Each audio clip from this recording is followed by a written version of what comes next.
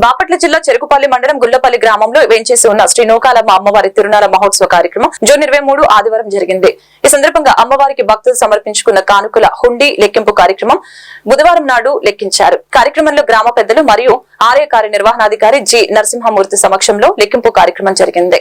ఈ కార్యక్రమంలో అమ్మవారి హుండీ ఆదాయం 64,148 రూపాయలు లెక్కించబడిందని ఆలయ కమిటీ సభ్యులు జి నరసింహమూర్తి తెలిపారు.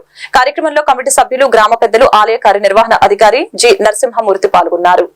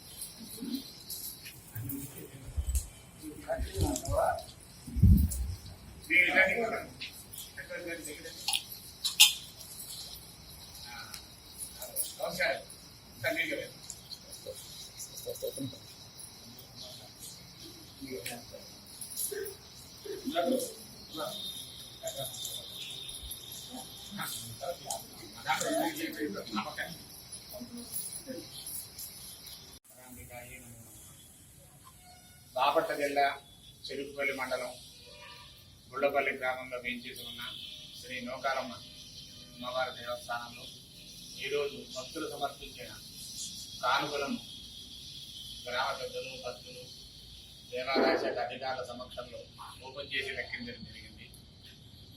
ఈ హుండీ మన 3 రోజుల క్రితం 23వ తారీఖు ఆదివారం రోజున శ్రీ అమ్మవారి యొక్క తిరునాళ్ళ ఈ సంవత్సరం మరొకసారి జరిగింది. వార్షికంగా జరిగే తిరునాళ్ళ తర్వాత మరొకసారి భక్తుల కోరిక మేరకు జరపడం జరిగింది.